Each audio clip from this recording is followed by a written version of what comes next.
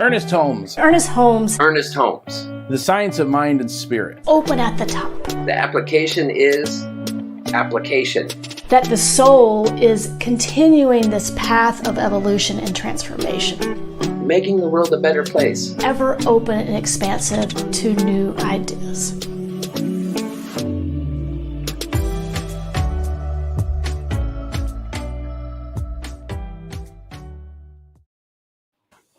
The application is application. I love that.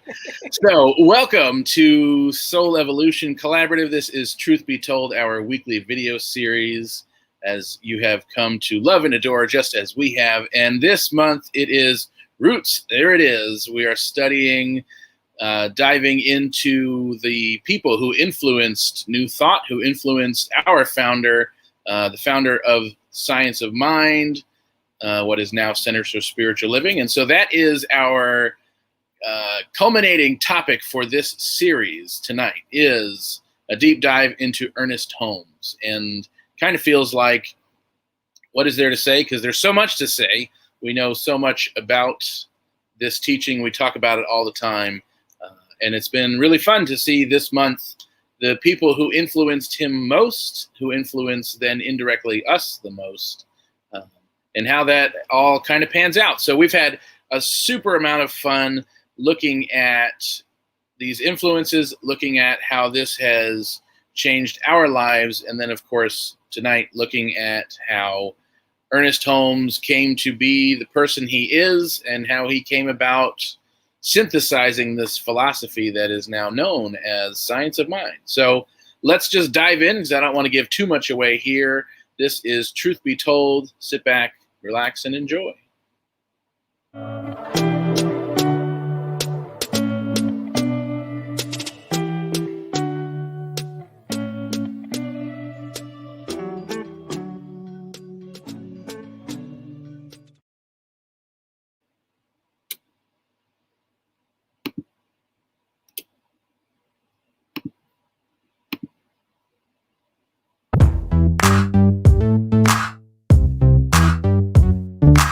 Ernest Holmes, 1887 to 1960, founder of religious science, author of Science of Mind, influencer of what is now Centers for Spiritual Living. Holmes had a kind of odd childhood, grew up in a poor household. They had to move around a lot, and it made it really hard to get a good education. He didn't even finish school. However, according to his older brother Fenwick, it was a pretty happy household. Ernest was one of 9 children. They were raised Baptist-ish.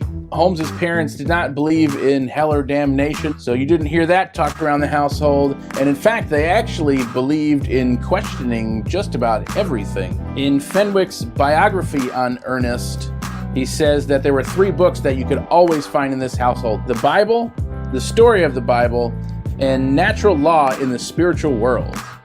Apparently, their parents read that one in secret.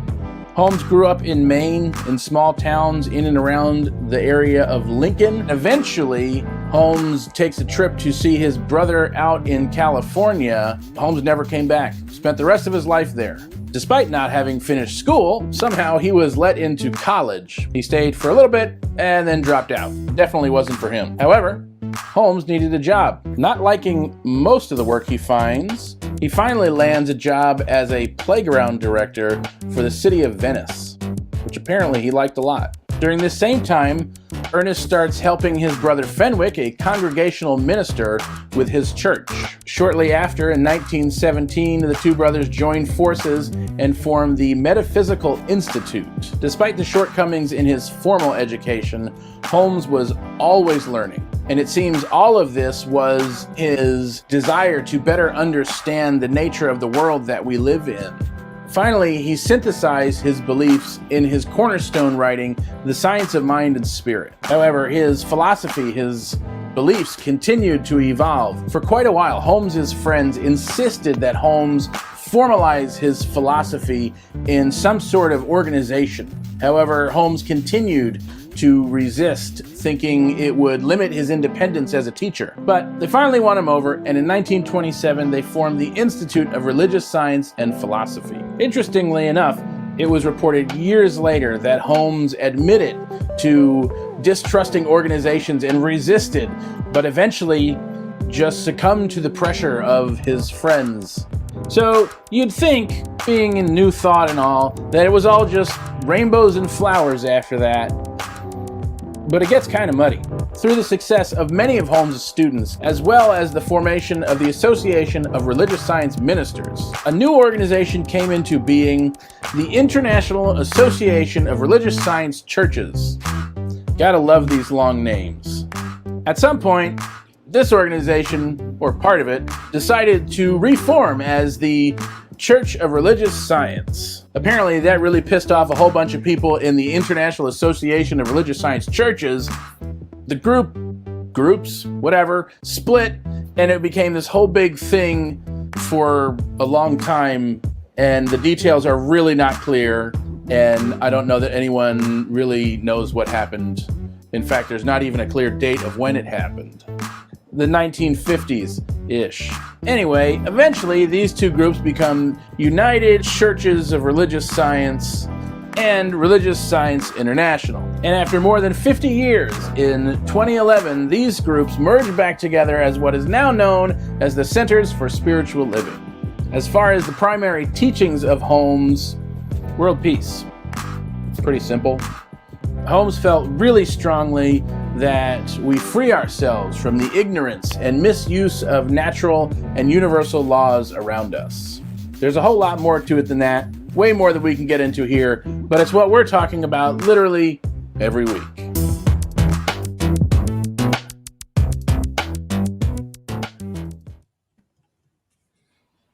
Yeah. Get murky everywhere, huh? Right? Try and get like religious scientists to agree on anything. Good luck. Yeah, for real. I wonder, I was thinking about you talked about how, and we knew this, that he kind of resisted this kind of organizational, institutional sort of framework. I wonder what he would say now. Right? Yeah. I don't know. Yeah. It was really interesting to look into, because it's like I've read all that before and I kind of knew all that, but reading it again this time was like, oh wow, this is kind of messed up. Like we couldn't agree on anything. Right. No, we can't do it that way. You have to do it this way. Well, it seemed like he just kind of wanted to just go and do his teaching and like provide this education and, kind of like the culmination of all the stuff that he was gathering and synthesizing. He just wanted to preach to the people. Yeah. Well, what I loved about it most was the reminder that his, and I think this probably played into his desire to not formalize it, his beliefs, his philosophy continued evolving, and I think you can see it in his writing. If you read Creative Mind, which was one of his earliest publications, and then you go read, like the Ernest Holmes papers or something, some of the later stuff, like you can really see there is this evolution of, the principles are the same, but his take on it shifted, and how he talked about it changed. And I think the mystical side of his being, the mystical side of how he showed up, really started to become more present later on. Apparently he would like regularly go into these almost like out of body, like lifting the veil, like behind the veil experiences for like minutes at a time, or like most of the time I think you hear people who have like glimpses. It's like a portion of a second you have this glimpse of like, oh my God. And he would go there like intentionally. Like, wow, seriously? All right. I think of that audio that I've just been floating around a little bit, where he's like, oh, like I see like the veil is so thin, and he's like being recorded audio wise as he's in one of those moments. Yeah. You can like hear it too. I mean, the way he's talking, he's like doing his sermon or whatever, and then all of a sudden it like everything changes. It's pretty incredible. We should see if we can find the link for that. We'll post it in the comments or something for this, because it's a pretty incredible thing to listen to for sure. Well, and definitely like his evolving sort of idea, it's almost like it's kind of hard to contain that in a box. And so he didn't really want to do that. He wanted to yeah. open at the top, right? Absolutely. Yeah. So it was kind of re-inspiring. It was inspiring again to go back and like, oh yeah, that is also what we are about. Right. You know, yeah, this formalized teaching and the evolution of us, the evolution of human consciousness, of the soul, and of how we apply the teaching, the principles, right? Yeah. Good stuff. Indeed.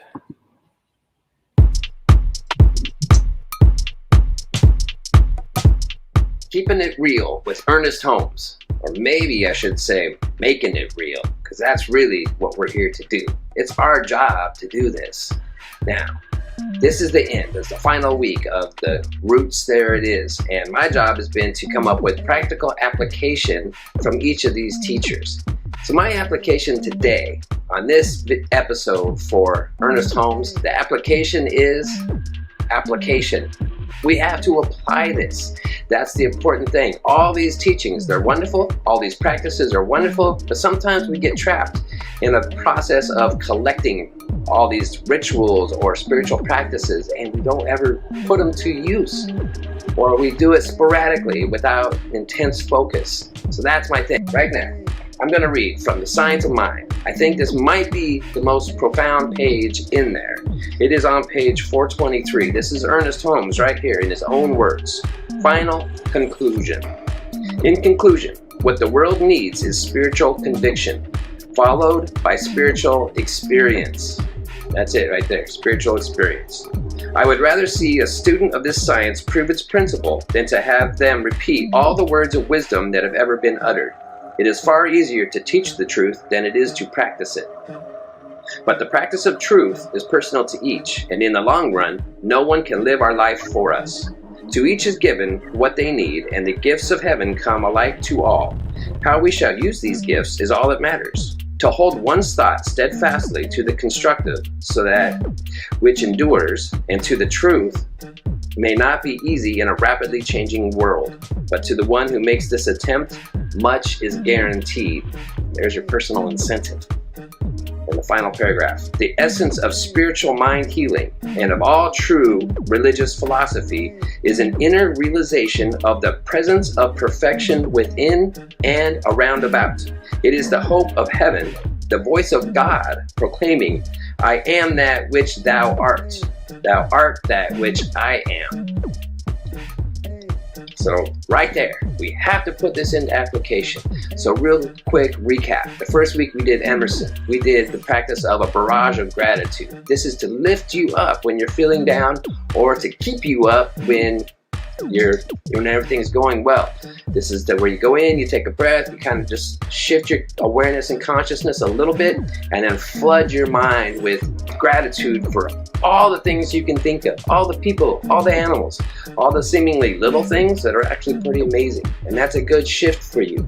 The second week, we did Judge Thomas Troward, and what we talked about here is becoming specific on what it is that you're creating in this world, what you're going to manifest.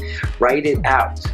Writing it out triggers something in your subconscious, it triggers something in the energy of all that is, and it helps you become crystal clear on what it is exactly you want to bring into this world.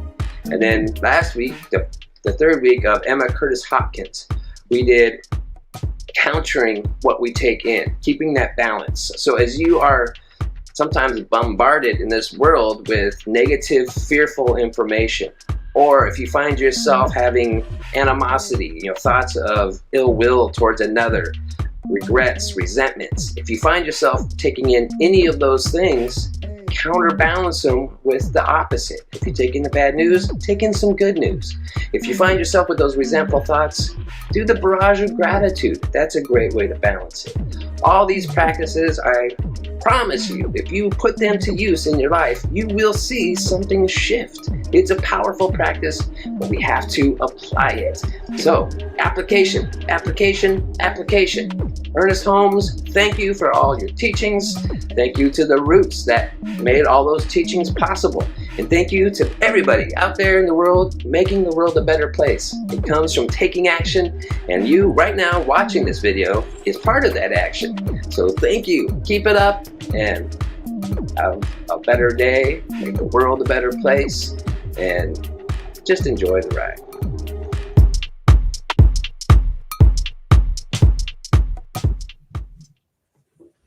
I like that. The application is the application. Yeah. It's so simple, isn't it?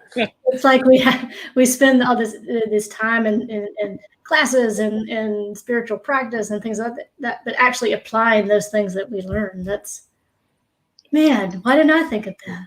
Right. Oh, we actually have to do this? Oh man. Huh. Yeah. Sometimes Well, I'm really satisfied with just like knowing it. And then Right. when I really think, oh no, now I actually have to do it. Yeah. Hmm. Yeah. And it's got like its own reward system built in. You know, when we remember to actually do it, like, wow, I forgot. This like really works. Why? Why do we still forget time and time again? Like, oh yeah, I could be doing that. You know, and it's kind of funny too, because for a while you would regularly hear around the teaching people asking for practical application of science of mind. And it became such a like a buzzword that's like, yeah, what is the practical application? And it's like, well, wait a minute, like it is literally the words are the like he's laying out the teaching so clearly in everything that he's written that is the practical application. The practical application is changing how we think, changing how we interpret, changing how we respond. Like, it's laid out pretty clearly. We just kind of haven't done it. I say we, that's unfair. I mean, Right. Obviously there's a lot of us doing it, but it's like, I wonder if part of the evolution has been even just grasping what the science of mind actually even says. Like, what does the philosophy that Ernest Holmes synthesized even say? And are so many of us only now really coming around to being able to understand what it means to apply this teaching in life, to actually change awareness, to change the subconscious, the subjective memory, you know? Because it does seem so obvious, and yet it's like it's right there, and we're just about to reach for it. Well, and I think too, it's like, we see so many things in our experience that we want to shift. And so like applying these truths to our experience, it does bring up a lot of those things that are unlike the truth.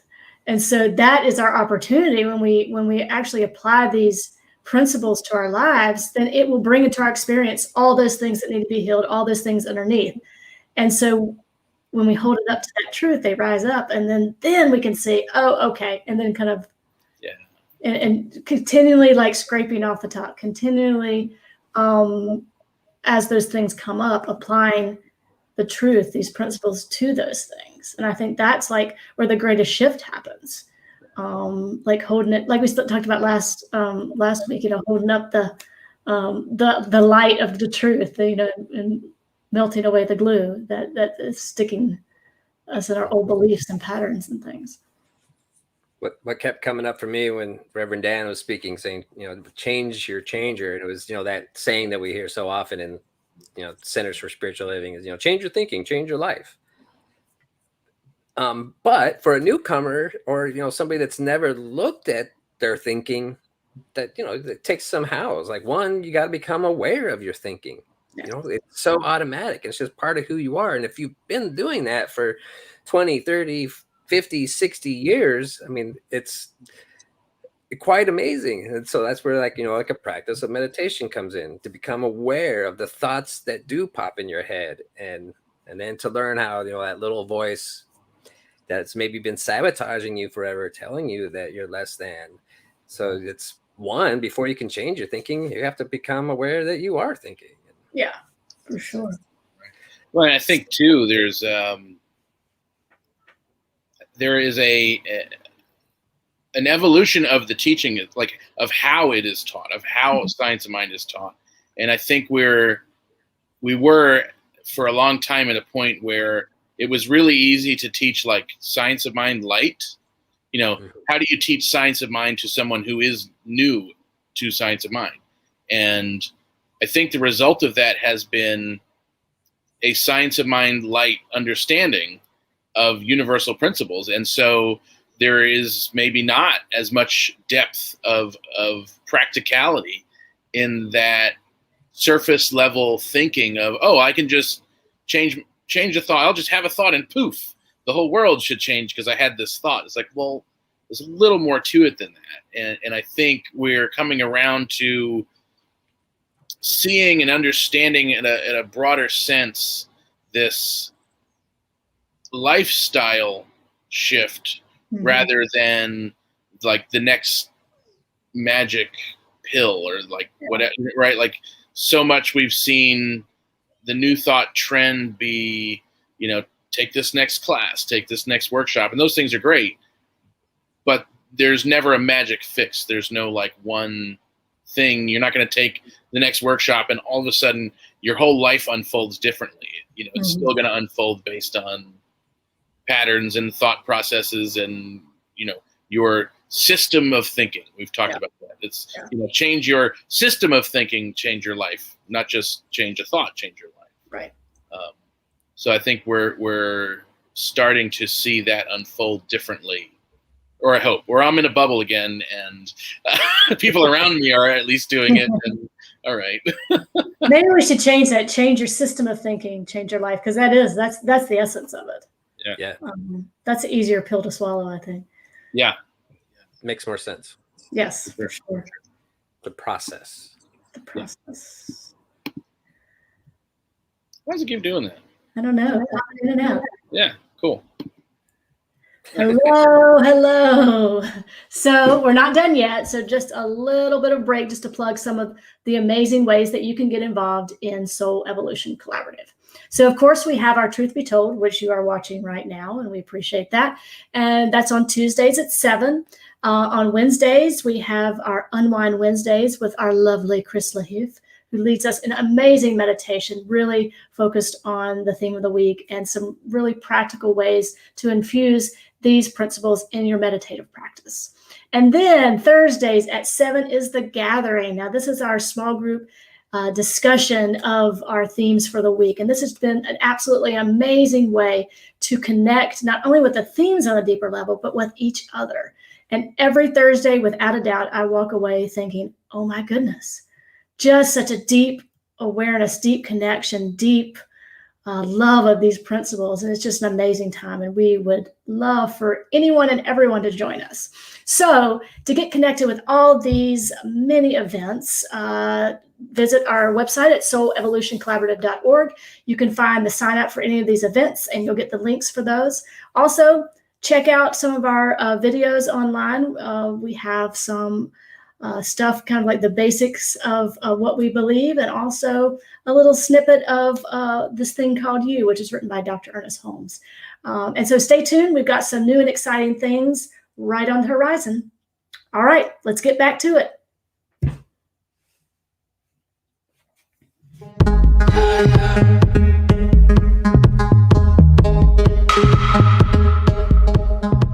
So when Ernest Holmes had this idea of science of mind, one of the precipice of this understanding was that it was open at the top. Now, what does that mean? That means that it is ever-changing, ever-evolving, ever open and expansive to new ideas. And so his idea of that the soul is continuing this path of evolution and transformation. So what does this mean for us today? So what it really means is that not to get boxed in. So sometimes we get really comfortable about wanting to live in this little box, this box of our beliefs, this box of ways of doing things, maybe some boxes of dogma and policies and procedures and all those sorts of things that kind of keep us constricted. And so Ernest Holmes had this idea, if we're open at the top, then we are open to receiving. We're open to looking at those areas where we need to grow and change. And not only is this true for us as individuals, but it's true of us collectively. To really take a look at those ideas, really take a look at the ways that we've maybe always been doing things, whether it's in spiritual community, whether it's in our own lives. And look at those things and really hold them up to this idea of this ever-expansive, ever-evolving experience. And it's really comfortable to get kind of set in our ways, because doing things the way they've always been done. I mean, everyone loves that. Everyone loves comfort. Everyone loves that safety and security of being kind of in the box. But with the call of Ernest Holmes, and also the call of this spiritual experience that we're having, the spiritual life, the spiritual journey, calls us to push that comfort zone ever so slightly further and further and further down the path. And so what this does is opens us up to new experiences. It opens us up to new ways of being. And as a spiritual community, it offers us the ability to move, evolve, and grow with the world at large. Understanding that things that may have worked 30 years ago maybe need a little changing now. And I've seen that in my own life. These ideas and these thought patterns and these ways of seeing the world, ways of seeing others, even the way of seeing myself. 30 years ago may have worked. But now, what this call is, Ernest Holmes and this whole idea of the creative urge, the creative process, it calls us to step out of that. It calls, we feel that inner urge to grow. Because that's what the universe does. It's constantly growing, constantly evolving, constantly expanding. And so as part of this universal power and presence, that we are the same essence, the same substance, then we too have the blueprint for this urge, this blueprint of self-expression, this blueprint to live an authentic life. And authenticity is constantly stepping into new ways of being, constantly looking deeper and deeper and deeper of those areas of self-expression. And so that's the call of Ernest Holmes. Open at the top. And this experience of this ever-evolving, ever-growing, ever-moving, transformative process.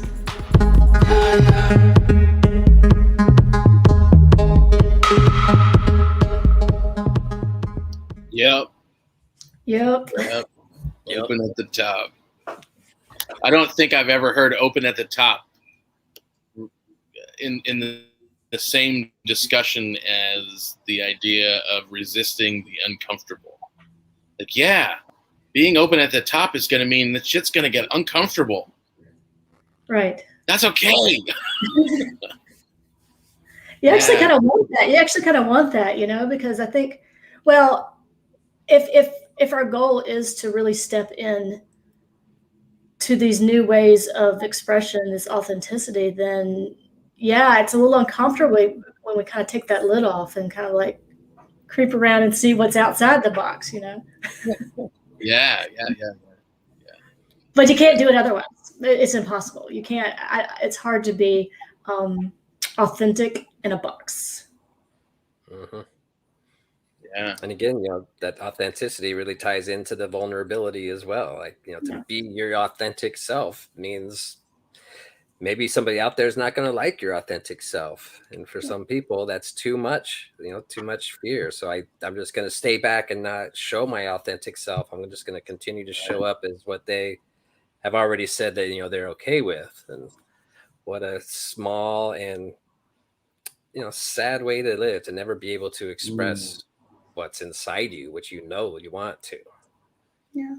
And I think that was like the kind of like the foundation of Holmes's teaching, that it is this constant evolution, this evolution of the soul. I mean, we talk about it, we actually have our name that. So, I mean, because it's the pinnacle of this authentic life, is just constantly being open to that. It's not always easy. Lord, sometimes it's painful to step into those spaces that are uncomfortable, but knowing that it's pushing us forward, that's always working towards our good. Like Dan, like you say all the time, there's always something going on, and it's always working for our good, in whatever that next step is.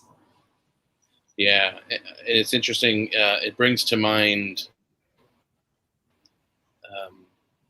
a retreat I was on at the very beginning of ministerial school several years back, and the idea of open at the top was brought up, and there was some discussion around this amongst the group.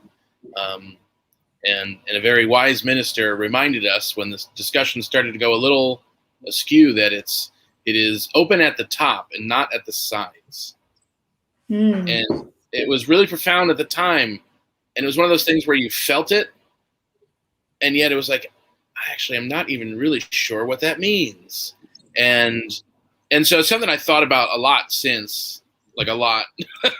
And every time it kind of made a little more sense and a little more sense, a little more sense. But like watching this and watching you talk about the whole in the box thing, if we were to open our boxes at the side and it would be like letting in other people's stuff from their boxes, and not this, vertical relationship that we have with something greater than us. For whatever reason, greater is always up and down.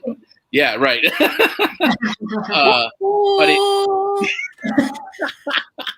Yeah. But it just like, it clicked this whole other level of like, right. We open our box at the top. We come out of the top of the box to receive something, to find something about ourselves that's greater than what we find in the box. And we're not that way. When we do open our box, we're not opening for approval from other places. We're opening the top of the box to find, what we call truth, right? Like what is true about us. And we're not looking for some watered down version of approval from somewhere else. We're not looking for things that are found looking to the sides. And it's like, oh, wow, that's a whole other, deepening perspective on what that even meant. Well, and even like at the sides, it's like, that's kind of like operating at our same vibrational level. Yeah. But instead we want to elevate the experience in this kind of higher vibrational level. That landed pretty nice. I like how that feels, like that whole not open at the sides. Yeah. I always love how like we come into some big like realization by this third conversation every week. And then we have to think about it all week and see how can we talk about that next week. Yeah. And then here again is application. How do we open to the top? Well, again, we have to learn how to watch our thinking, watch our thoughts, how to quiet our mind to open up to receive that higher impress. Yeah.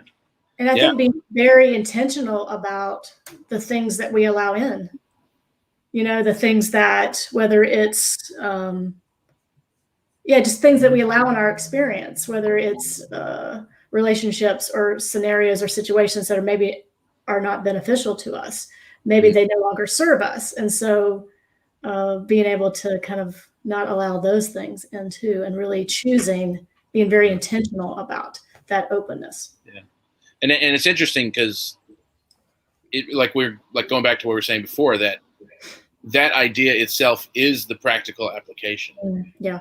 Being open at the top is the practical application, but you have to understand that it means not being open at the sides, which I think has kind of become our societal default, that we are very much open at the sides by default to the influence of what other people say, what other people think we should be, what we think other people think we should be, the things we're taught from so it's like, okay, how do we kind of seal up those sides to, go inward and open at the top to get influence from something greater and not something less than, something equal to, or something outside or perceived as outside of ourselves.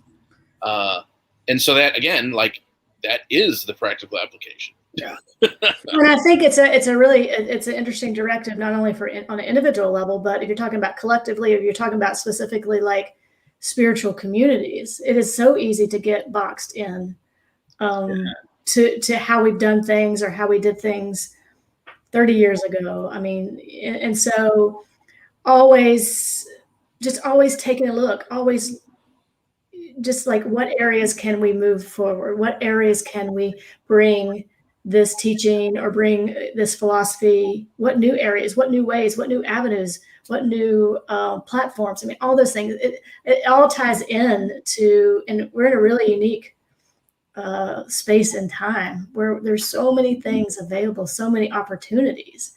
And so to stay in old ways of being very foundational, it's gotten to where we are now, but to constantly, as spiritual communities, be looking at that and growing and evolving and changing and transforming and being open to new ways of expressing this truth.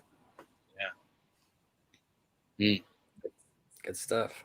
Lots of thoughts going on right now. Lots of thoughts. Lots of thoughts. Yeah. And I hope that's true for anyone else watching too. Like, I hope this inspires some new thought, something to think about and go, wow, I never thought of it that way. At least one. At least one new thought. At least one. That's where it begins. One thought at a time. One thought. Yep. Well, that's why it's called New Thought, right? Yep. Not anything we're talking about is new, but Right. one new thought at a time changes your mind, changes your system of thinking. Change your life. Full circle. All right, everybody. Thanks for being here. We really appreciate you tuning in. Truly, like, your interest in this is a sign that you are part of this spiritual revolution that is always occurring. But it definitely is, a powerful time right now on this planet. It's evident to me. So thank you for being here. Thank you for just doing you. Now, if you would like to look at these topics, these questions, these conversations further, join us on Thursday night. This is when we get together. We call it The Gathering. It's on Zoom. It's an intimate group. And it's just a place to be seen, be heard. And there's a lot of power of, when we express and, explore those thoughts within us, share them with others. It really helps deepen your understanding of all these principles and how to apply them. So if you're interested in that, by all means, go sign up for The Gathering on our website, soulevolutioncollaborative.org. And come check out the meditation if that's calling to you too. Guided meditation is a fun thing, and it's always based around the theme of the week. Now, Soul Evolution Collaborative is supported and made possible by people like you. So if this is something that resonates with you, if you would like to see this reach more people, get out there further in the world, there are ways that you can help. One way is to help support us financially. We are doing this as our full-time gig, and that requires resources. So if you are financially able and willing and desiring to support us, please go click donate at soulevolutioncollaborative.org. Other ways to support us that don't require any financial obligation is just to share this. Let your friends know. If this is something you resonate with, say, check this out. And we really encourage you to apply these principles, apply these practices, and see how it works. We don't want you just to take our word for it, same as Ernest Holmes didn't want to, or all these other teachers. We want you to take this, apply it. And if you don't see benefit, then it's not for you. But I would be shocked to hear if you genuinely apply the principles and practices that things will be more enjoyable for you. There's a lot to be said about being on this upward spiral. So give that a try. Check it out. All donations are tax deductible and greatly appreciated. So to keep up to date, sign up for our newsletter, soulevolutioncollaborative.org. And that's about it. We hope you have a wonderful week. We hope we see some or all of you on Thursday, some or all of you on Wednesday. Stay tuned. Lots coming up in the future. So we will see you when we see you. And otherwise, just have a wonderful rest of your week. Thanks for being here.